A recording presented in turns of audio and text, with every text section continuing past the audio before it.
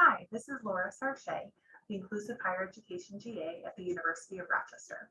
Today we are talking about neurodiversity.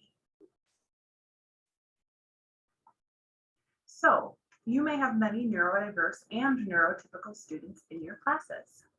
You may have tour students who are students auditing classes in our transition program at the undergraduate college. You may have students registered with the Office of Disability Resources who receive accommodations, and you may also have other neurodiverse and neurotypical students in your classes. Today, you will develop your understanding of neurodiversity and identify an action step towards being a more inclusive educator. So the word neurodiversity means literally brain difference. And it's a way of saying that someone's brain operates in a different way than what is considered typical. However, Thomas Armstrong, who is a writer who talks a lot about neurodiversity, says there is no standard brain. We all have differences in the way that our brain is wired.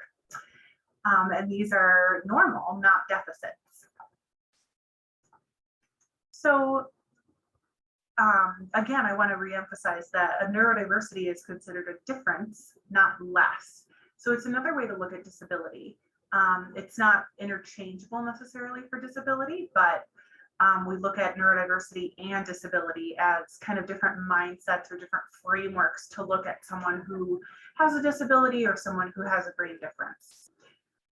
So again, neurodiversity is just a brain wiring variance, just like we all have variances in height, in eye color, and all kinds of traits. We also have differences in the ways that our brains operate. Neurodiversity focuses on strengths that individuals have. And the idea is that disability is still existent, but it's not something that needs to be fixed or cured. So individuals who are neurodiverse often face challenges, but these do not affect their intelligence. And just because someone thinks differently does not mean that they think in a lesser way or a less effective way. So neurodiversity also emphasizes inclusion in school, in the classroom, in the workplace, in college.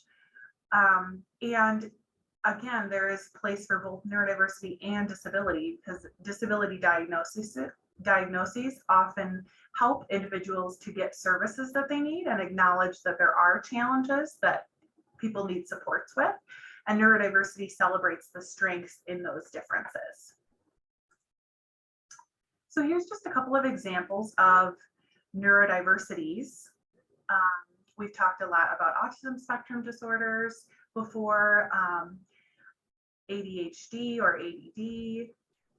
Different mental illnesses are often considered neurodiversities, developmental disabilities, processing disabilities, learning disabilities, and other differences in the way individuals' brains operate. All of these things can be considered neurodiversities.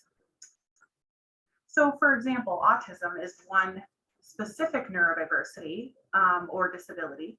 And the symbol for neurodiversity in the autism community is an infinity symbol that is a rainbow. And this represents the celebration of differences of neurodiversity.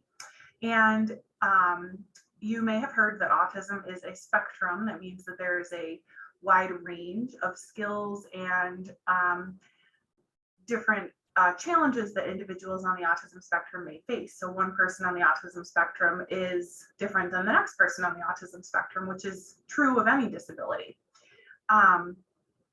So this spectrum though is not linear. So it's not necessarily, it's not that someone is more autistic or less autistic. It's that the spectrum is kind of better represented in this circular form where each skill is around the circle, such as sensitivity to the senses, motor skills, perceptions, executive functioning, language. We could add emotional skills to this spectrum, and each of these are kind of on their own spectrum. So every person who is autistic or identified, whether they identify themselves with person first language as having autism or identity first language as being autistic, every person who's on the autism spectrum has a different range of each of these skills and challenges. I highly recommend that you read Thomas Armstrong's book, The Power of Neurodiversity. He gives a great overview of neurodiversity, and then each chapter links the connections between the brain differences and some strengths that individuals with disabilities and mental illnesses have, and especially bring to the school and the workplace.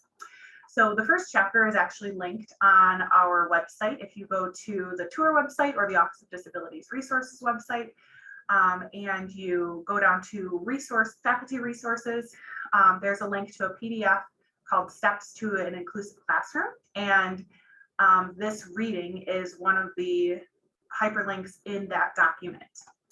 So feel free to check out that first chapter. So I'd like you to reflect on how you can promote inclusion for neurodiverse individuals. Perhaps you're already extremely inclusive of neurodiversity in your own classroom. Maybe you are neurodiverse yourself. But think about how you can promote this idea in this mindset of neurodiversity over deficit models of disability. As always, please feel free to reach out with other ideas. I'd love to hear what you're doing in the classroom. You can reach me at ihega@rochester.edu. Thank you.